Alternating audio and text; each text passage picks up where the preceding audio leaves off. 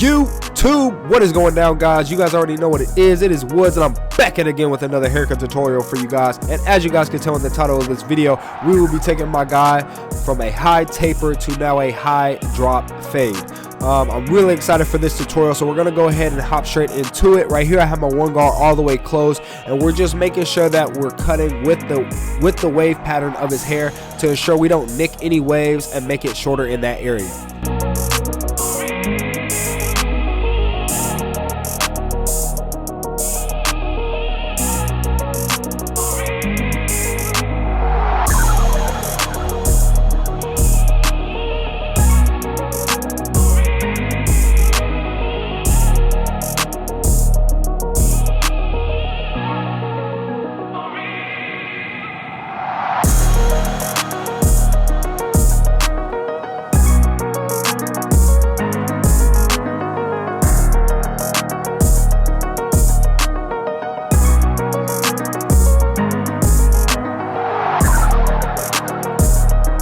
So now it's time to go ahead and prep the hairline. I like to prep it with some Tresemme hairspray, light hold, and then I go ahead brush it in while blow drying it.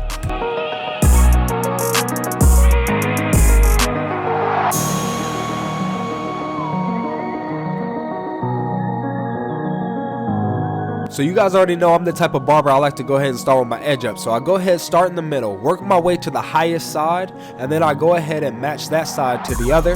Not really caring how much hair is coming off of the side that I'm trying to match it to, just as long as the hairline is as crispy and straight as possible. Now the reason why I like to go ahead and start with the hairline is just because I feel like it keeps my fading in a certain realm, just so I know what I'm blending everything into, that I know what the finished product is going to look like. Because a lot of times I see barbers, they go ahead and overblend, underblend, and then when they throw the line on it, they have to go ahead and do a whole bunch of detailing. And this right here just saves me a lot of time. So right here we're going ahead and starting into our fade. I start that first guy line right where the C cup would start, and I take it as straight as possible all the way to the end of the ear. Then I go ahead and start in that back, matching everything to the guidelines we have already created.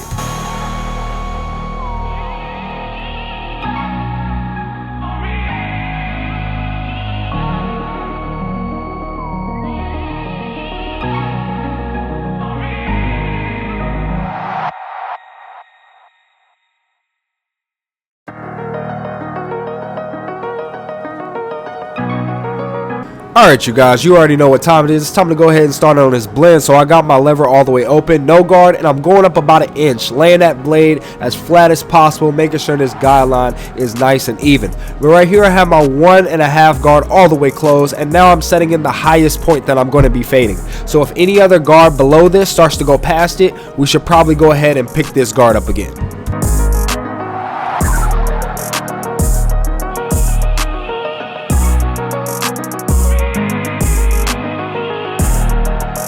Alright, now like I said, no other guard that we're going to be using is going past that point. So now this is the guard that's going right under it, and this is the one guard all the way open. And right when we were laying that blade flat, but right when we start to get to that part where we were with the 1.5 guard, that's when you want to start flicking out. That's when you want to start coming off that head, starting to set in your blend.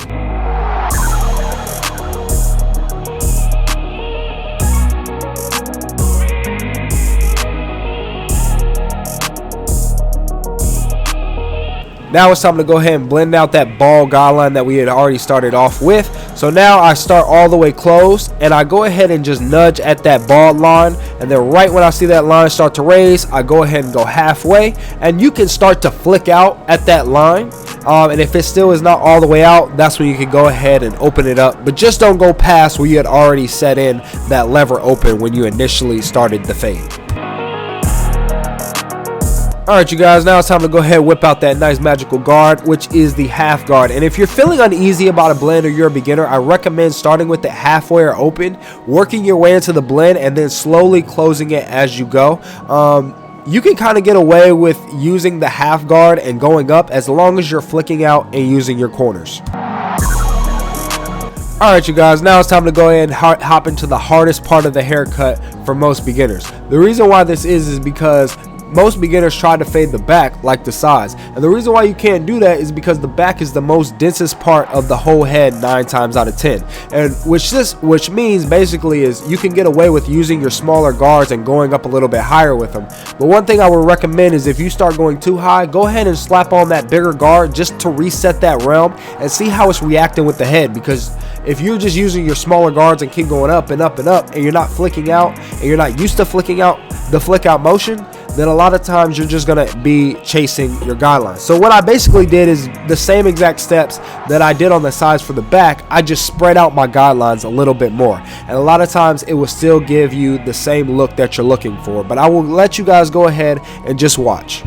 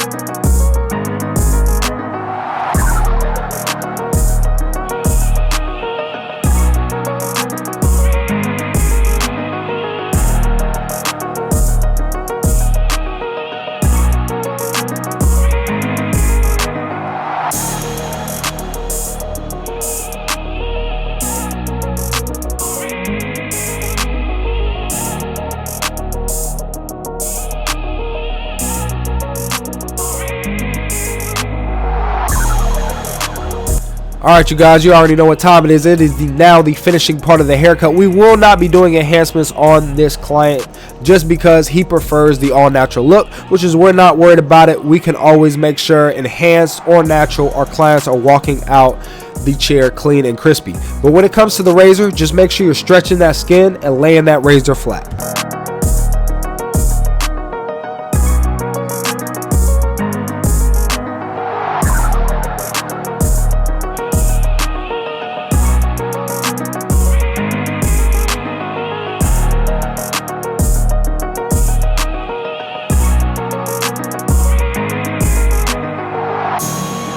This is how my client came in looking, guys. This was the before. He was unsure about the high ball fade, and this is how we got him, guys. If you guys like this video, don't forget to go ahead, like, comment, subscribe. Like the video if you like the video, because why would you like the video if you like the video? Go ahead, drop a comment down below. Love to hear what you guys have to say down in the comments below. But guys, this is Woods, and I'm out.